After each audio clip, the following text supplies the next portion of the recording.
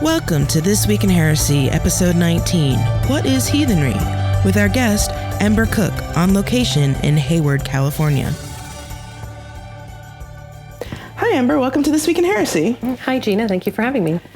So, could you tell our audience a little bit about yourself and about your faith path and what you do? I don't know. I'm not very good at little. I'm one of those people for whom succinct is not a major skill source. I'm heathen. Specifically, I'm Vanir. Mm-hmm. I've been practicing heathenry for a little over a decade, not necessarily strongly identifying as heathen that whole time. I started going to Hrafnar in probably 2002 or so, and founded the Vanic Conspiracy in 2004 with a group of like-minded individuals, as you do. Right. And we're still practicing. We meet monthly up in Hayward currently. And, you know, getting more involved in the local heathen community, those specifically interested in the Vanir, and the pagan community at large, kind of all of the above simultaneously. And you were recently ordained a year or two ago? A little over a year ago. Right. We had an ordination ceremony for me, yes. Dedicating specifically to service of the Vanir and service to the community on behalf of the Vanir. So I don't know much about heathenry and all that. So what is that? Well, the shortest answer requires unpacking. Okay. The shortest answer is that heathenism is Germanic and or Scandinavian reconstructionist paganism. And I kind of need to unpack each of those separately. Sure. First of all, Germanic or Scandinavian. What we're talking about is the pantheon that most people call the Norse gods. Right. That's the mythological set we're talking about. But to think of that as a single pantheon that comes from a specific place and specific time in a specific way is a misunderstanding, because somewhere all of those gods were all over the northern half of Europe. You know, the Anglo-Saxons honored some of those gods in the British Isles. They took them over to Iceland. They may or may not have brought them to America. There are relationships to similar entities into the Russian cultures and the Baltic cultures and the Slavic cultures. Right. So it's certainly not monolithic, but it's also not restricted to a single cultural group. So we can't even just say Germanic or Scandinavian, because those aren't synonyms. Right. Reconstructionism is, of course, an attempt to bring forward the practices of a specific individual or group of pre-Christian culture, right, and its religion. So based on a combination of surviving lore, archaeological evidence, contemporary evidence, right. Trying to figure out as close as we can how the people who knew these gods from birth were in relationship with these gods. And then, you know, once we have as much of an answer of that as we can get, and that answer is never complete, right? Figuring out how to translate that into something we can use today to be in relationship with the same gods. And it's usually put in contrast to neo-paganism, right? Which is most neo-pagan religions I'm aware of have a significant grounding in either ceremonial magic or Wicca, or both. Yeah. In as much as Wicca does not have a grounding in ceremonial magic, which it does, but that's a whole other story. Yeah, that's a whole other thing about history. That's a very different grounding. Right. And it's a grounding that a lot of Reconstructionists perceive has a problem in the area of taking gods out of their context. And part of Reconstructionism is the underlying assumption that the context gods come from, in terms of our understanding of them culturally, is part of who they are, and that we can't honor them without knowing those cultures to some degree.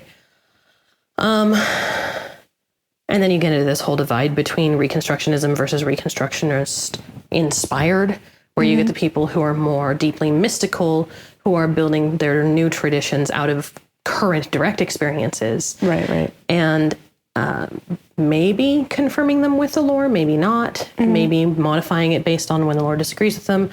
certainly having an understanding that whoever recorded the lore back when, whatever the humans did back then, they were just humans too. So their answers weren't actually better than ours. Right. And that's fair. If I were on the East Coast, I would probably be perceived as Northern Pagan instead of Heathen because I'm very mystical myself. Right. I was just going to ask you, where does your practice fall? My practice, I do consider myself a Reconstructionist, but I think that the distinction that some folks make between Reconstructionism and Reconstructionist inspired, if you make that distinction, I'm not sure I do, then I'm probably writing that line pretty solidly. Right.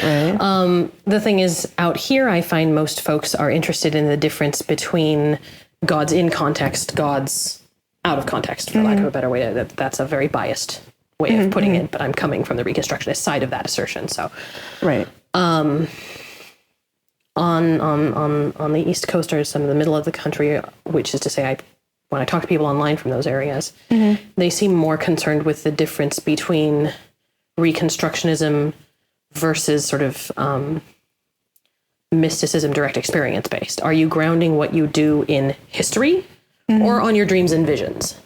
Right. And when it comes down to that, if there's an argument in my mind between going with my direct experience and going with what someone wrote down 1,000 years ago, I'm going to go with my direct experience. Yeah. Well, I mean, that's, as far as just personal spiritual practice, that's going to be the most real and the most It's certainly relevant. the most relevant to me personally. Yeah. But in as much as I'm in charge of a congregation of Vanir, to speak, right. How much of my direct experience I pass on to others is going to be based not just on what the gods tell me to pass on. Right. I need to work on that. I'm supposed to do more of that, actually, but I don't feel entirely confident. But also on what I've confirmed in conversation with other people that they're experiencing too. What is a common experience versus what's only my experience? Yeah. Well, I think that's kind of a thing. I that seems to me a common thing where, if being somebody who deals with Hecate a lot, when I talk to other people that work with Hecate, there are certain similarities, but the individual experiences may have a lot of difference. Oh, sure. And I think there's always room for that, unless you have your head rather far up somewhere it doesn't belong. Right. But it's not just a question of what do I accept others having, because I have to think not only what do I accept in others, what do I accept when what do I question versus accept in myself? And the answer is I question freaking everything, whether I want to be or not. Yeah. But what do I teach? Because teaching is a whole other layer of discernment from just accepting in others. I like to think my congregants can tell me anything. And that my standard response is going to be a baseline of acceptance, unless I need to call them out on their ethics. Right. And their ethics are going to be interpersonal type stuff. Don't treat each other that way, or maybe sometimes don't treat the house spirit that way, but not a lot of how dare you think that about the gods. The gods can fend for themselves when it comes to offense. It's not my job to defend them from offense. The gods can come up with their own lightning bolts without me needing to bring up the politics of it. They know how to take care of themselves. Exactly. I'm not really worried about Freya's ability to get the point across. Right. I might, if I'm worried about someone's discernment, help walk them through the process of it to go, okay, you're telling me that you had this experience of Njord, the god of seafaring, but nothing you're telling me rings any kind of bell relative to my experience or anyone else's experience or the lore of Njord. So let's talk for a minute about what made you believe it was Njord and see how well grounded that is. And if the answers are pretty concrete, we'll go from there on the idea that this is new material about Njord until further notice.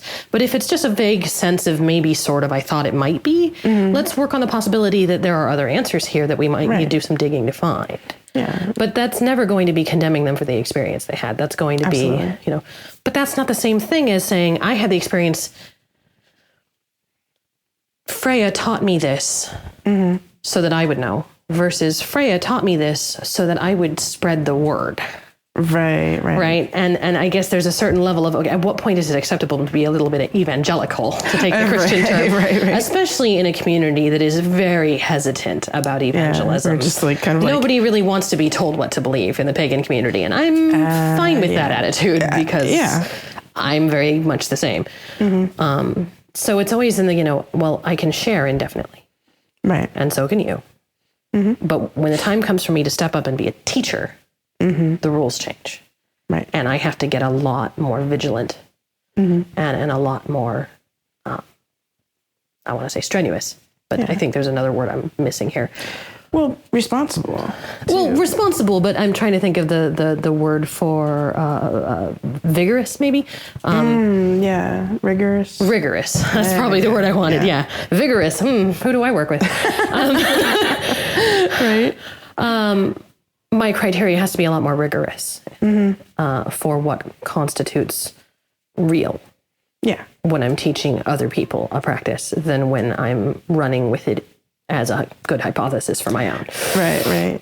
Well, I mean, I find that too, in the teaching that we do in our coven, it's like, okay, I need to make sure that, if I'm talking about what a deity has told me that I perceive as truth, it's like, okay, I can tell people about this, but I can't make them believe it as much as I'd want to be like, just don't you see it? Don't you see? And it's so, and it does make me realize actually where this sort of awkward evangelism comes in other religions, where, someone's running up to me and going, have you found Jesus? And I'm thinking, why is he missing again? and what they really mean is this thing that brings me incredible joy is so huge and obvious and amazing that I can't not wish everyone around me saw what I see, because I can't help but feel that this would solve a lot of problems for a lot of people if only they could feel what I feel and see what I see. So I want to show it to them. But of course, I can't guarantee they're hearing it just because I'm saying it. Exactly. Which, to put it in anything that makes more sense to you, those who have ears to hear had better listen. Right. Don't assume everyone has the same ears. Right. Maybe mine are a little pointy and not geared towards yours. Yeah. Well, I mean, it seems like a common topic when we talk about deity and spirit and religion, especially as clergy, ordained clergy in particular. It's really important to understand that everyone's going to see everything differently because of their own personal experiences and how they view the world and where they come from. Well, and to understand that communication is at least 3 steps if you don't involve the gods. Right. So, when I'm I do oracular work, for example, and I'm total tangent here, but, oracular work adds at least 2 more layers. Oh, yeah. So, of course, the message gets lost sometimes. Yeah. Of course, the message gets mangled or reinterpreted or executed terrifyingly out in a way that makes you go, how could you possibly think I meant that? Yeah. It's like, well, I don't live in your brain. Right. I could try and extract from, reverse engineer your brain and figure out how you thought that. But I don't get to pick what you hear. I only get to pick what I say. Right. And what's interesting about oracular, because I do that too, it's like I could say one thing to you, but if somebody else is in the room, they're going to find something in it that relates to them that is completely different.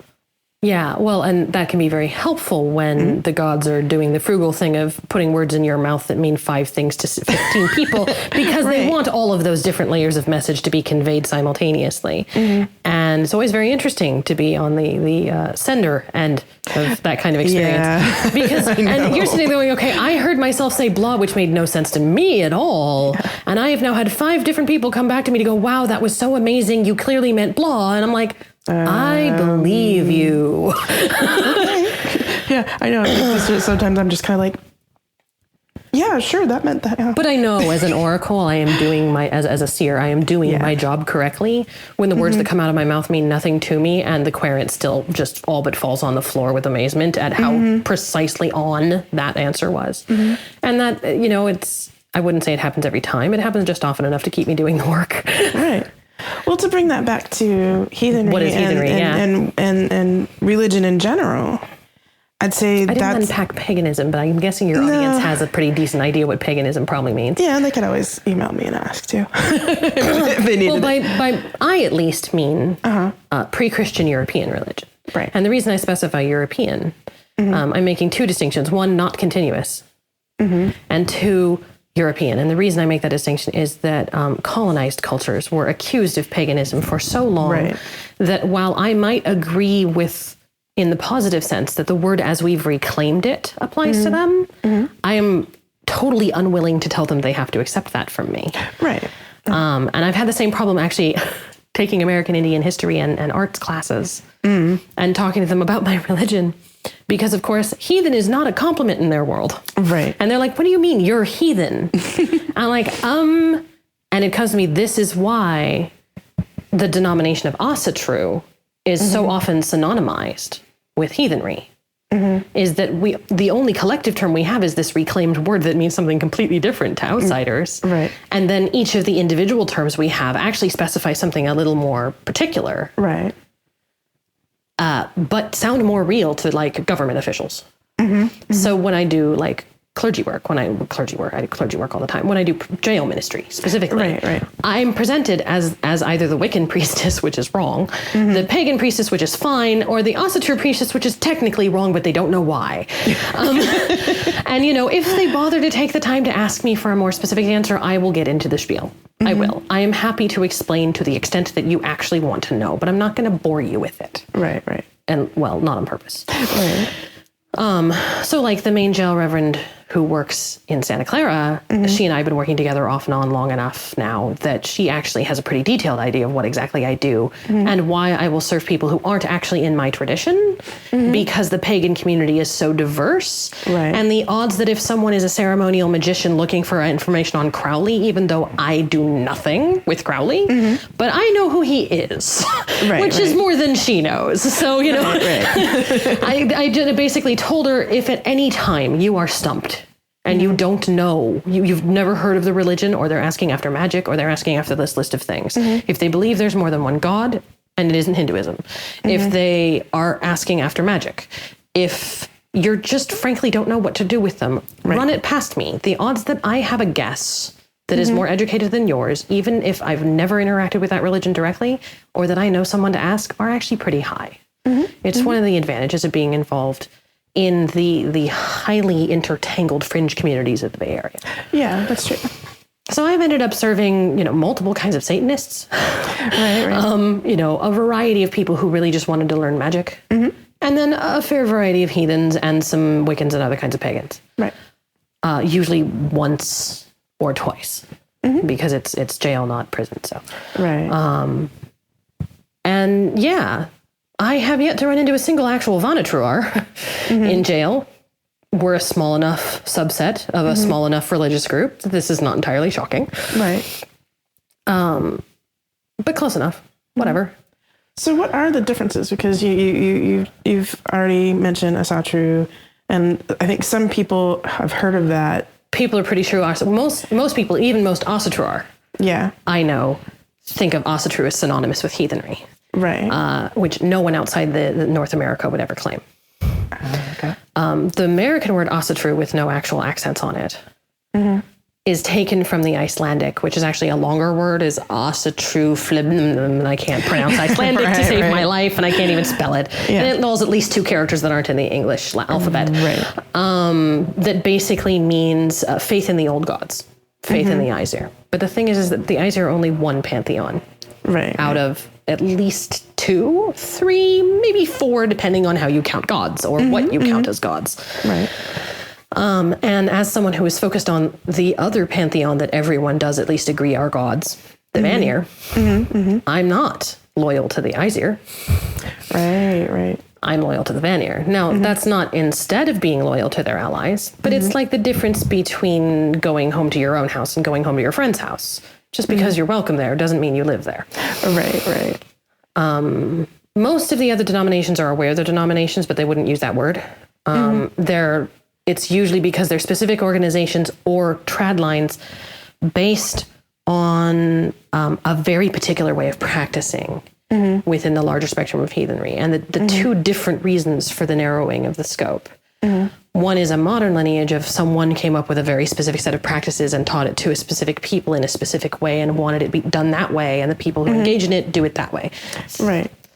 The other, and sometimes there's overlap, is that they're narrowing their focus from all of the cultures over the however many years that honored any of these gods, Right. to just say Iceland for the written period that most of the lore we have comes from, or actually somewhat more commonly just Anglo-Saxon practice, Right. or just Swedish practice, or just mainland German practice. There's an entire swath that I know very little about that's just Slavic practice, that some of them consider themselves a type of heathen and some of them don't.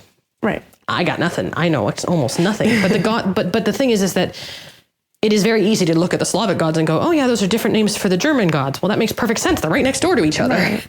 And they seem to be about the same level of same and different as like the Romanized Greek gods are. So, okay, which way, I don't want to guess who started where, but. Right. So there's a lot of trads that are, well, we're Anglo-Saxon heathenry and we are called blah. And again, I say blah because half of them have names I can't pronounce.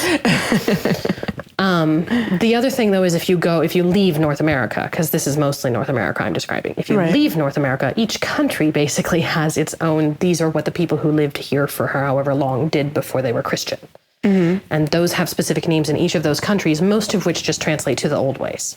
Right.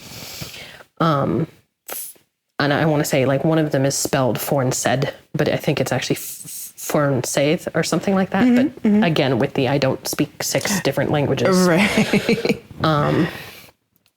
And when Americans use the same names for our denominations, the Europeans look at us like we're crazy. And it will be anything from, oh, how nice, that's adorable of you, to what the hell do you think you're doing? Depending on how grounded in specific family practices the traditions are. I don't claim any of those. Vanitru is a new denomination. Vanitru is not a word there's any grounding for. Vanitru is modeled off of the Anglicization of aSeidhkona pulled from Icelandic, which is a modern language. Right. So, I mean, it's several hybrid layers of spackle later.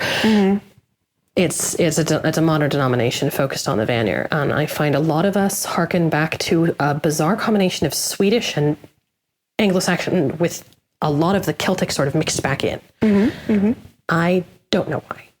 It is a strong enough repeating pattern that none of us deliberately cultivated that I think it means something, but I am not willing yet to assert what.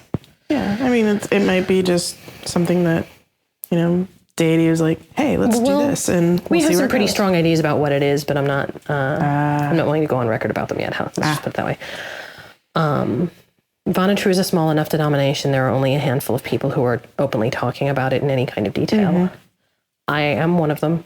I haven't written any books yet. There are folks who have, some of whom who've included some of my work in their books.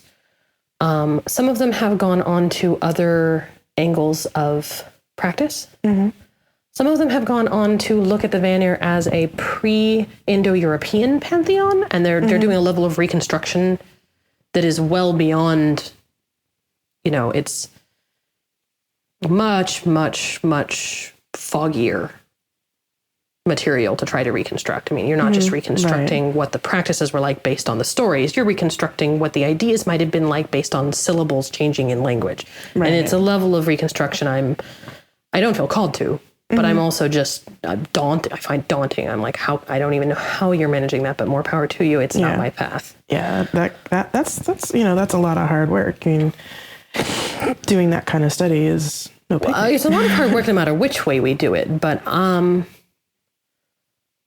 for me, I find it moderately frustrating, though, because that means that there doesn't seem to be anyone who has stayed on the Vanitru path as I understand it without, from my perspective, pulling off onto a tangent road. But probably from their own perspective, I'm on the tangent.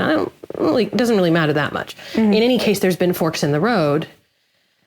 And I think I've stayed closer to the heathen identity than some of them have. There are Vanitru who don't identify as heathen anymore, for example. They're loyal to the Vanir, but they don't identify with the heathen culture at all.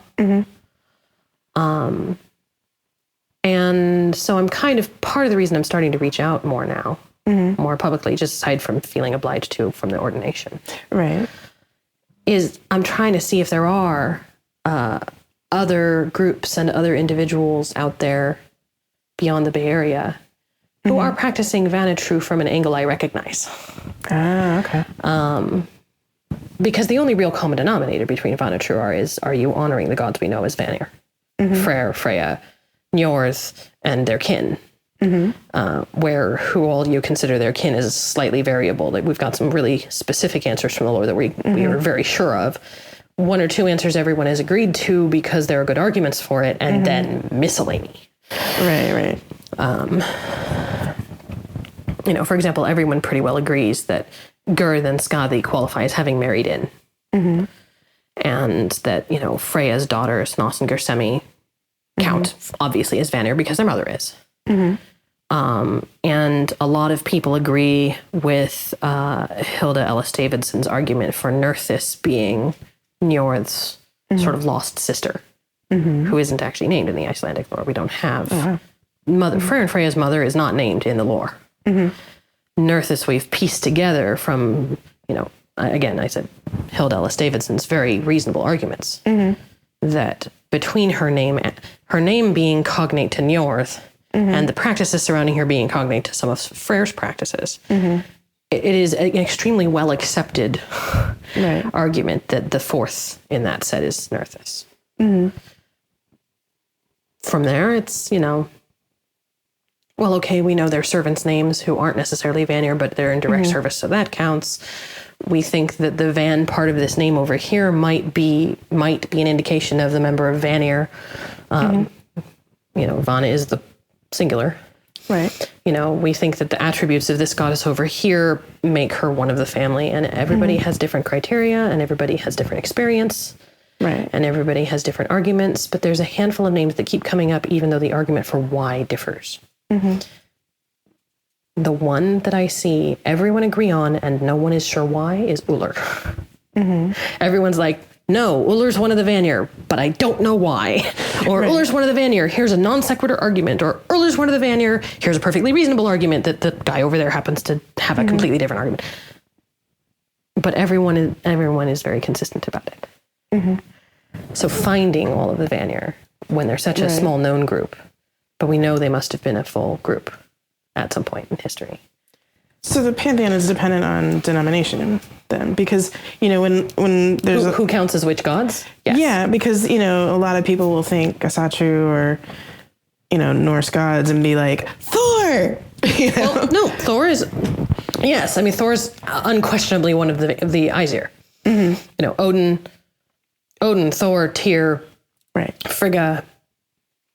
Who the Aesir are is the easy answer by comparison, especially if you're going on, say, as Icelandic lore, because Snorri Sturluson was like, and here they are on a platter for you. By the way, these three are also Vanir. So finding the Aesir is comparatively easy, but finding a way to approach them that is specific to any of the cultures other than Icelandic can be a little more complicated. Ah, okay. Odin has hundreds of names in Iceland alone. Right, absolutely. That's without changing languages. So is he Wotan or Wodan or Wodanaj or, Woden's Day. Wait, that's Wednesday. So, of the gods we do know, sure. Finding the Aesir is finding the core of the Aesir is trivial, and there's enough of them there. But yeah, if you're approaching from the Anglo-Saxon angle, that does change the answers. There's still variations of Odin and Thor and as far as I know, Tyr, Freyr, Freya. But is Frigga separate? It depends on when you ask and who you ask. And I don't know what the Anglo-Saxon answer is, but I know that in some of the southern parts of the mainland, Frigga and Freyr are one goddess. Whereas in Iceland, in the Icelandic lore, they're very clearly separate. Is Iduna separate? I don't know. Is Ostara even a distinct goddess as opposed to just sort of a seasonal phase of a goddess? I don't know. Does Holda exist? I don't know. Right. Yes, ma'am. Oh, Holda exists. I do know, to the degree that I know any of these things, that Holda does in fact exist. Right. But is Holda's a Germanic mainland goddess? Right. If you're only Anglo-Saxon, are you considering her part of your group? Or is she your neighbor's group? Right. And that's where the differences come in. There are also differences in practice. But I have yet to run into a group of heathens who don't think pouring some sort of beverage, usually alcoholic, into a horn-shaped object and passing it around a circle isn't, good enough for government work. Right. Since most of heathenry is middle to low church in their habits, unless they're doing something like oracular seidh, when they, pull out all the stops and throw in all the woo. I mean, even our high woo looks casual compared to a lot of religions I've seen. Right. And I've helped out with a lot of other people's I try to be the good neighbor priestess when I can. So when someone's like, hey, I need a boundary warder for my... I've helped out with a wide variety of religious practices over the years. And even the highest church heathenry is relatively low church compared to some other trads. We top out right around the middle of like most Mediterranean gauges. But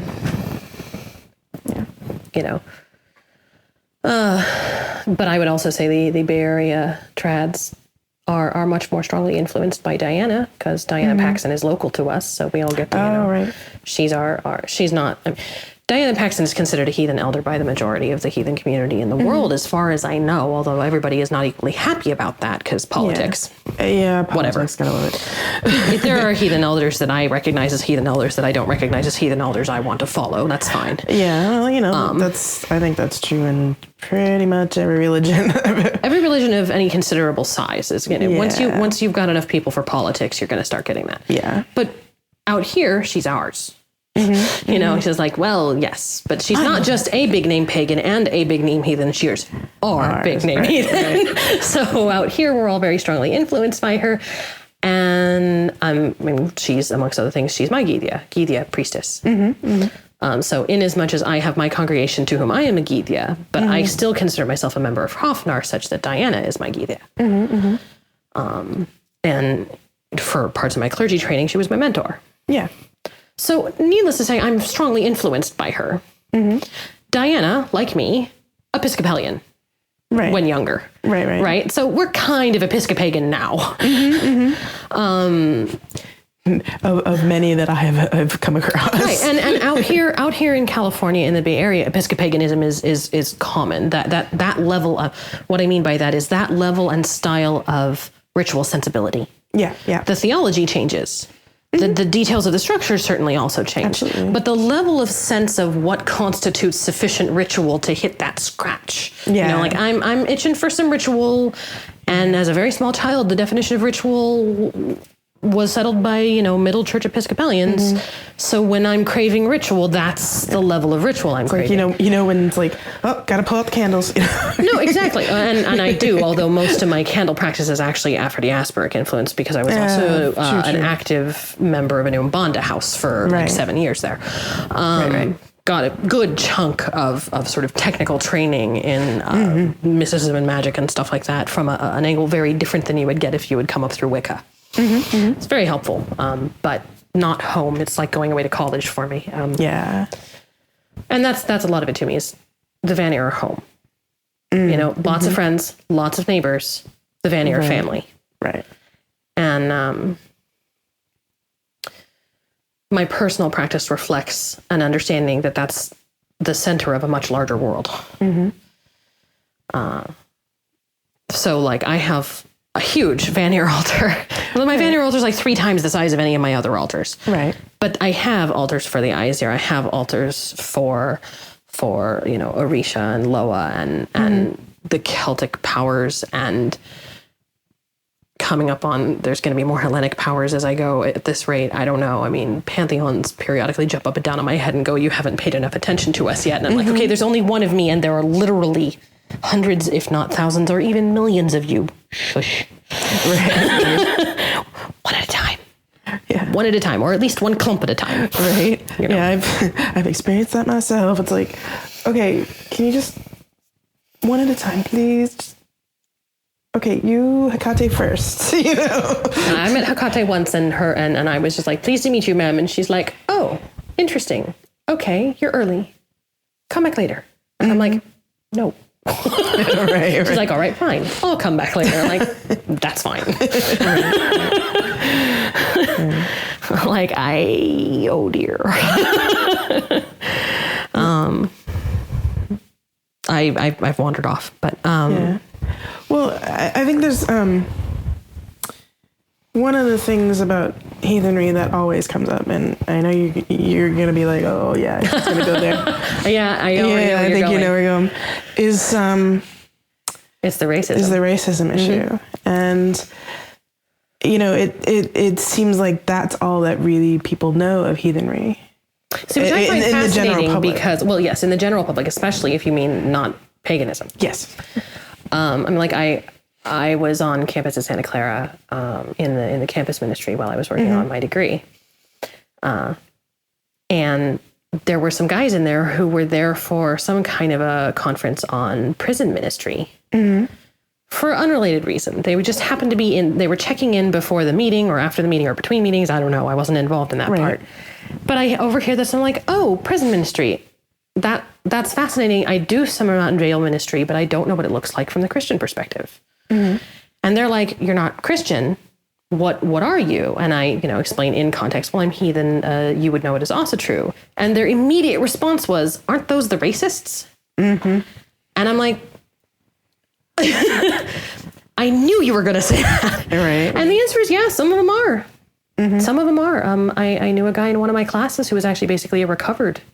He had originally found the Norse gods while inside and was approached by one of the racist groups, where that was their focus. And I understand why there is a need for some sense of belonging to a group when these are a bunch of strangers. Yeah. And I guess if the only thing you happen to have in common with them is your skin color, that doesn't make it okay. Right. And it certainly isn't going to work outside. Yeah. But at the same time, I've never lived that life. I don't want to make too many assumptions about why they go there. Right. And this is, I knew this guy once who had basically come out of it and gone, oh, no. That was definitely wrong. And I was one of the first people he ran into outside who recognized what his tattoos meant. And I was just like, that's a nice falk knot you got there. And some nice runes. And not so nice white power tattoos. Right. And it's like, I'd love to hear more about where you are on this topic now. Because we were literally in an ethics class together. Oh my. And he was like, well, that's the point, actually, is that I'm trying to learn better. I'm like, that's awesome. Let me know if you need any help having an approach to the Norse gods that isn't grounded in your skin color.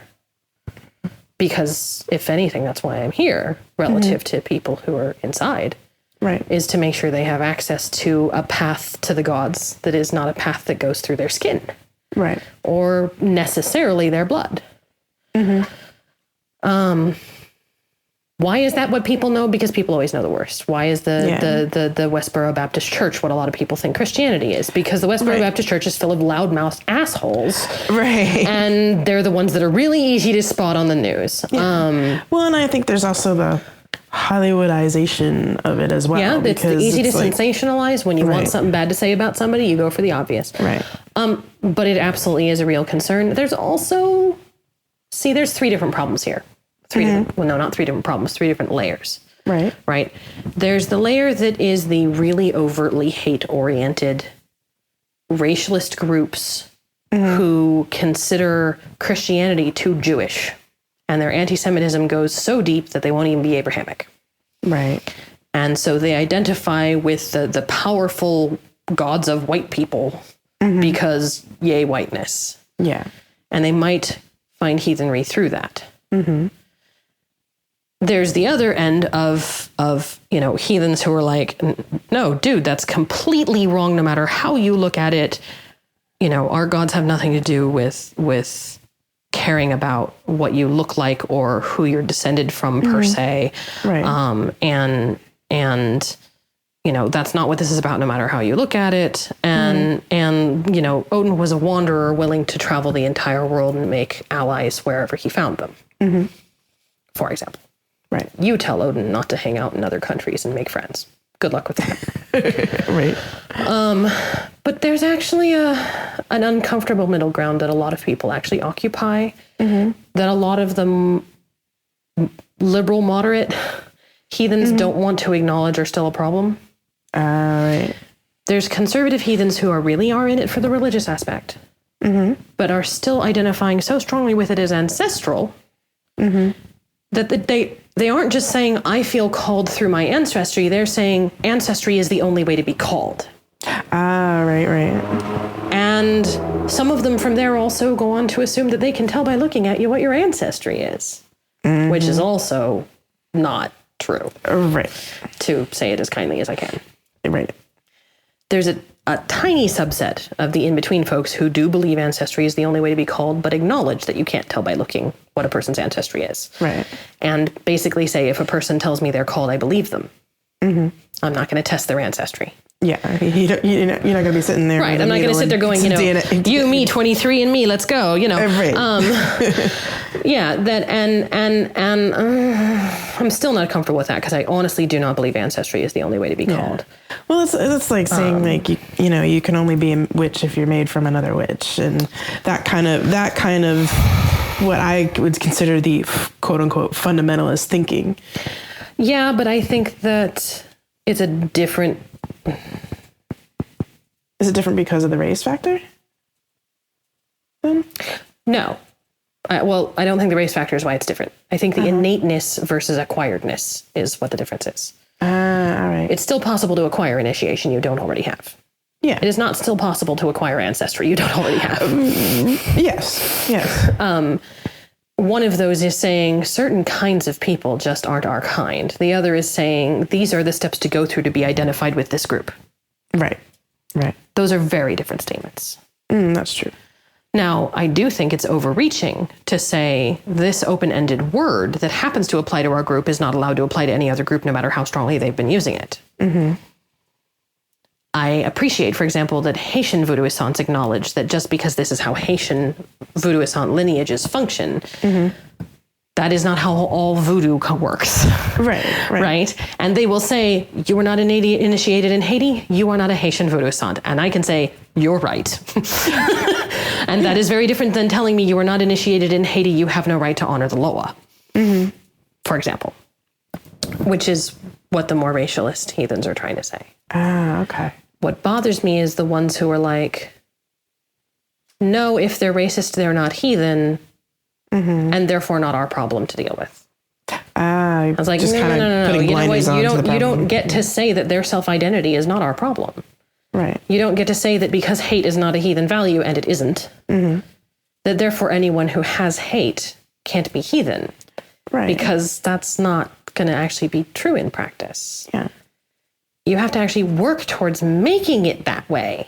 You can't just sweep the borderline cases under the rug, point at the really obvious ones, compare it to the Westboro Baptist Church and run away. Right. Just because that's a really obvious place to start doesn't mean your work is done. Right. I mean, you have to acknowledge that exists. It's like, for me in my interfaith work, it's really important to acknowledge and say, yes, Christianity has a horrible history.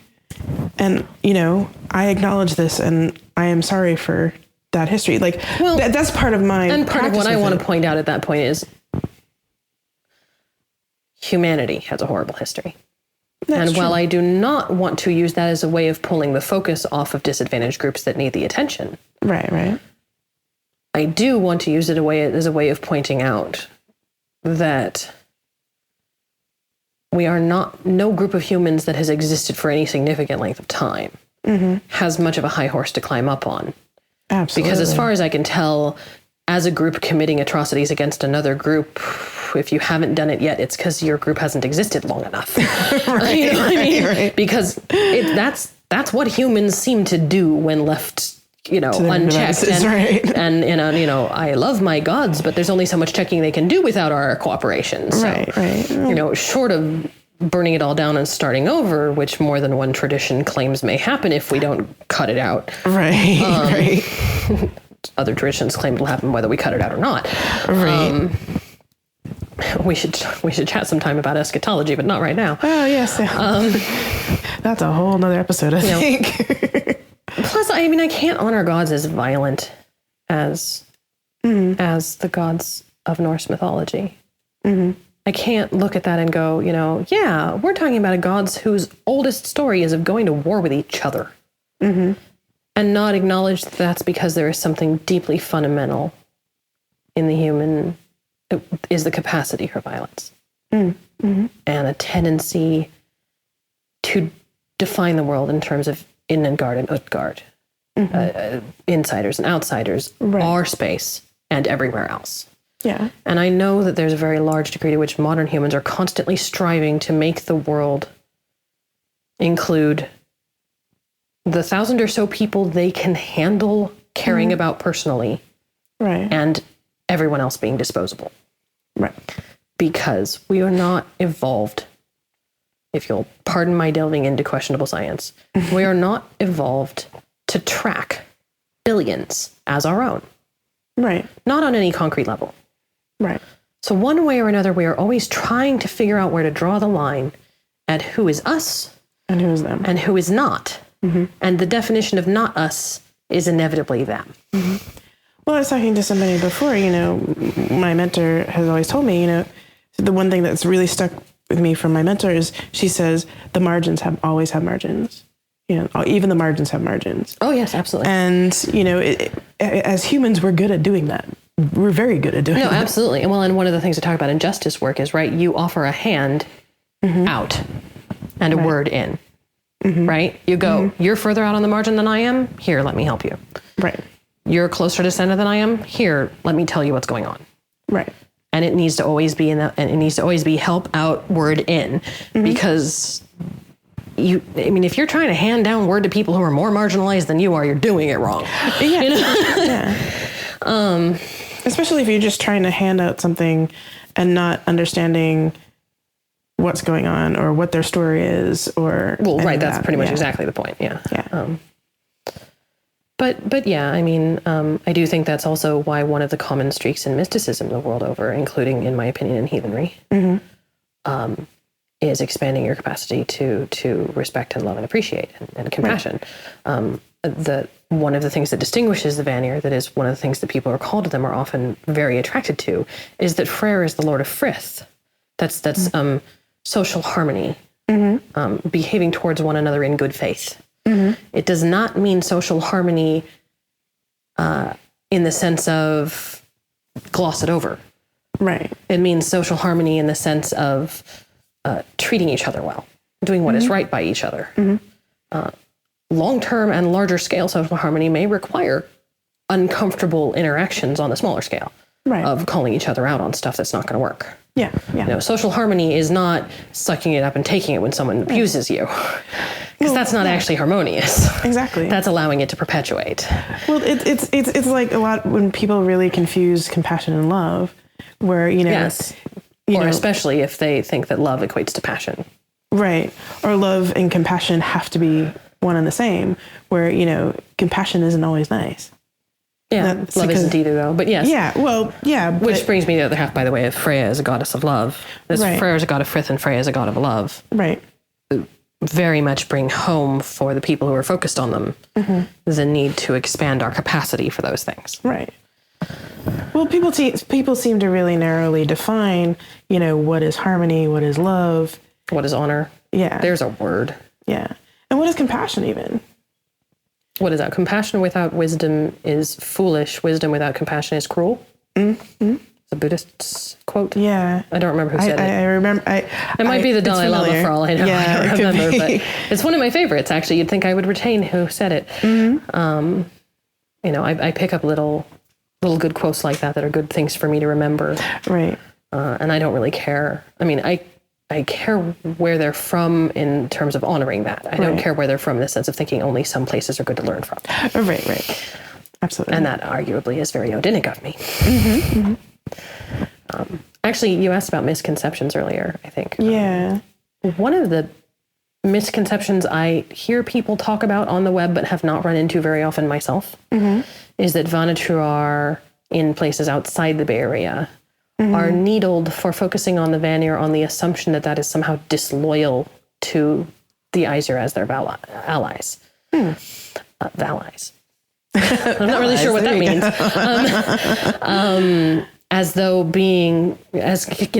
though considering the Vanir family means considering the aSeidhkona enemies, which makes no sense, right? Right.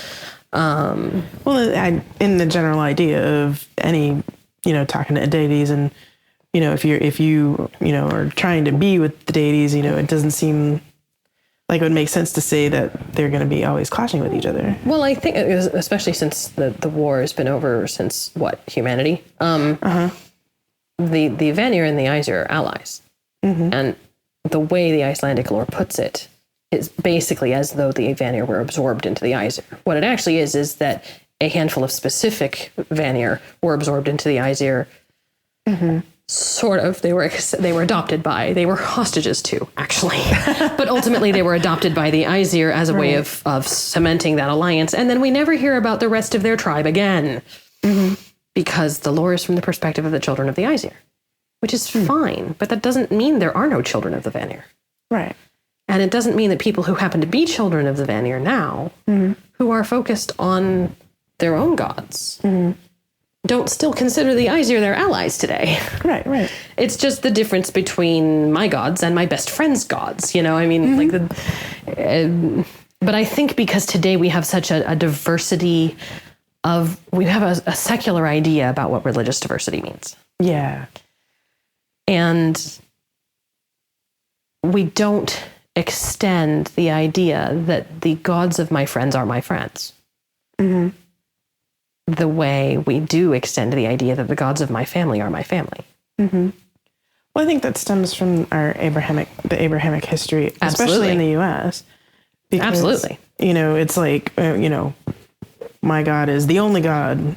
And I do think that the puritanical influence in America might be part of where we get such a strenuous stretch towards one true wayism in all things ever. Yeah, right. Absolutely. Such that basically, if you aren't doing it our way, you must be against us doing it. Yeah. And it's like, no, I think it's quite possible for me to think that how you do things in your home is fine for you in your home. But you may have noticed that I am not your housemate. Right. Absolutely. And here in my home, I do it this way,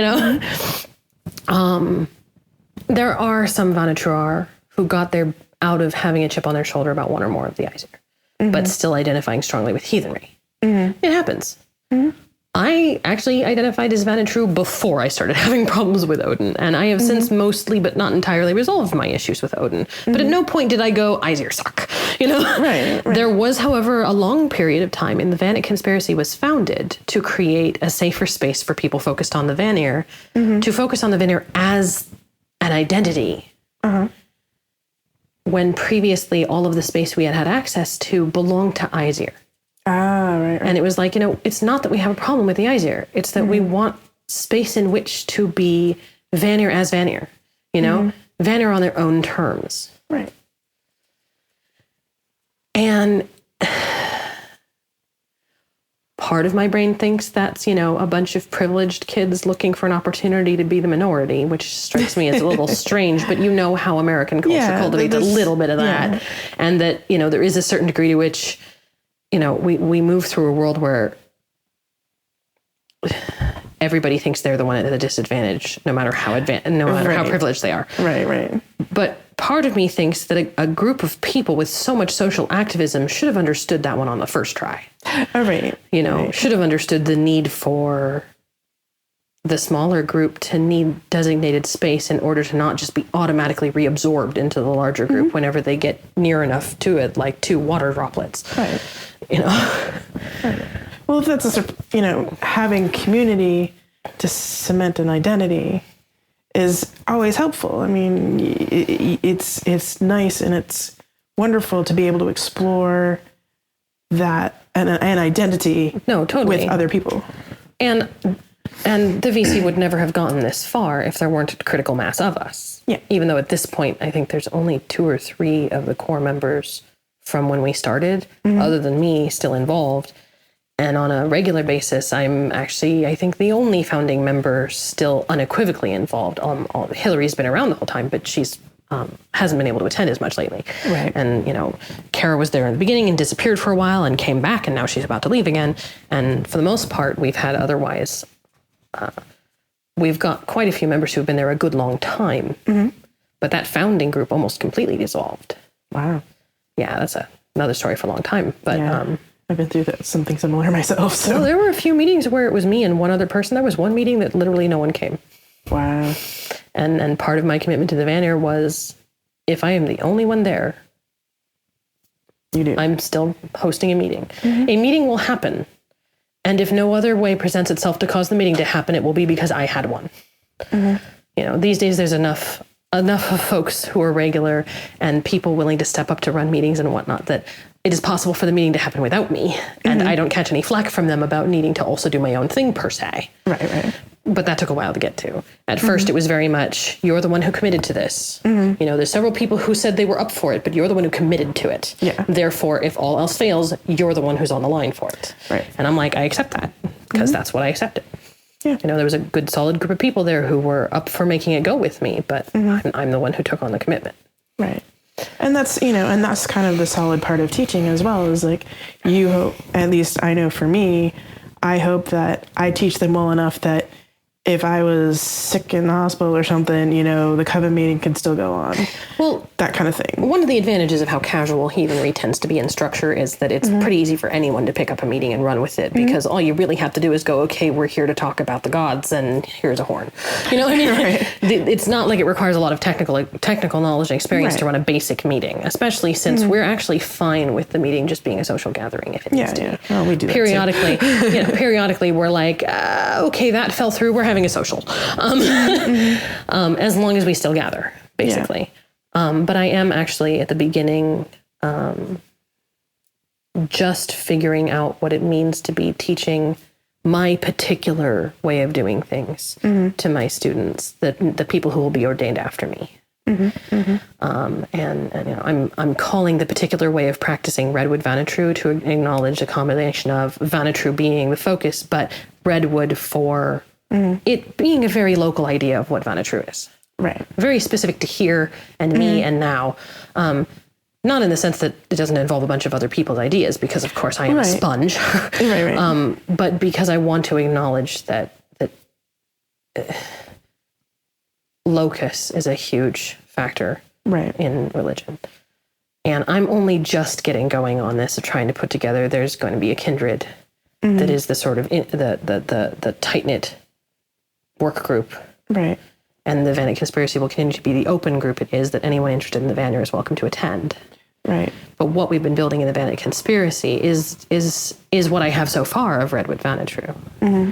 And I have to figure out what do I need to teach to the next person I ordain for them to be qualified to turn around and teach someone else. Right, right. Because it's not just, do you know what to do? It's, do you know what to do well enough to teach someone else to do it? And also, where are you in your own process? Yeah, well, I don't know. Right. It's been a very interesting year, and it's not, I mean, I'm just getting going. Well, I was also thinking of students, too. Like, I need to be aware of my own process as you need to be aware of your own process, but also being aware of our students' progress. Exactly. And where they are in their process. Oh. Kara, who I mentioned already, is one of our founding members who left and came back and is leaving again. She also recently dedicated to Freya as a priestess, specifically of Freya. She and I have been comparing notes on what our respective dedications have resulted in terms of working with the community and stuff. And she described me as the spiritual equivalent of ABD, all but dissertation. Right. And I'm like, I've never actually been that in an academic sense, but that's really apt. Once I've finished figuring out what the heck makes Redwood Vanitru what it is, it's time to pass it on. Right. And I have the one student that I'm teaching in that scope right now, largely so that I'm not the only one running the VC, but also just because that person needs to be taught. But ultimately, there's probably going to be a book about it, so that it's not just our little corner of the world that has this information, but that it can spread through something other than word of mouth if other people want to pick it up and use what they can from it. Mm-hmm. And that's part of where the distinction comes in. I'm calling it Redwood Vanitru to make it clear that I do not claim to define Vanitru for the world. Right. Because I know that as someone who practices Vanitru that doesn't necessarily resemble someone else's Vanitru, it sort of twigs me a little bit when people overreach in defining Vanitru for people. Right. This is what Vanitru is. And it's like, well, no, this is what Vanitru is. The rest of it is what your Vanitru is. Right. And that's fine. Yeah. But it's not what I practice, so I'd appreciate you not overgeneralizing. Right. I mean, I try to do that too, because, like, you know, my brand of Wicca is not like Lori Bruno's brand of Wicca. It absolutely is a form of Vanitru, and it has certain things in common with other forms of Vanitru. I'm not saying my thing is especially special and unique. I'm saying this is how I do it, and if it doesn't overlap 100% with yours, no harm, no foul. All good. You know, it's a perhaps overdeveloped sense of the need to be extremely overtly honest and technically precise, I suppose, the engineering side showing as to what I am and am not claiming. Because I can't decide what you hear when I speak, as we've said. But the more I can do to make sure I'm understood on the first try, the better I've done, right? Mm-hmm. And I want people to know. I want people to know what I am and am not claiming. Right. Well, unfortunately, we are out of time. I'm astounded, I tell you. Yes. We talked the whole time, even. Yes. Well, that just kind of happens when these things. So, if people would like to get in touch with you to ask you questions or to learn more, there's two pretty straightforward ways. One, I do have a blog, Ember Voices at WordPress, or .wordpress.com technically. Yeah, we'll put that in the show notes. The other is that I actually have an outreach email address specifically for people who need my help as clergy. Okay. That is what I give to, like, the jail chaplains who need to get a hold of me, which is emberoutreach@gmail.com. Okay. And anyone is welcome to email me, although if they do so inappropriately, I might just send it straight to Dev Null. Right. But, you know, anyone is welcome to ask me. I do, for some of my services, I do charge for, because, you know, it's my time and effort. Right. My rates are sliding scale based on ability to bear the burden. And I think they're more than reasonable. Yeah. But if it's just, I have a question, and it's not like I'd like you to do serious oracular work on my behalf under the guises of answering a simple question, right. Then that's cool. You know, I'll talk to pretty much anyone who's respectful. All right.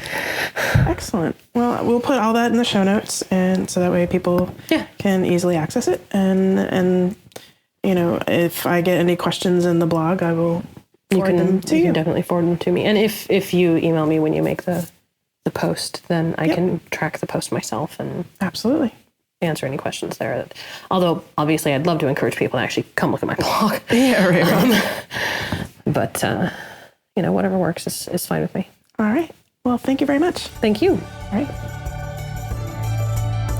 I'd like to thank Ember for joining us this week.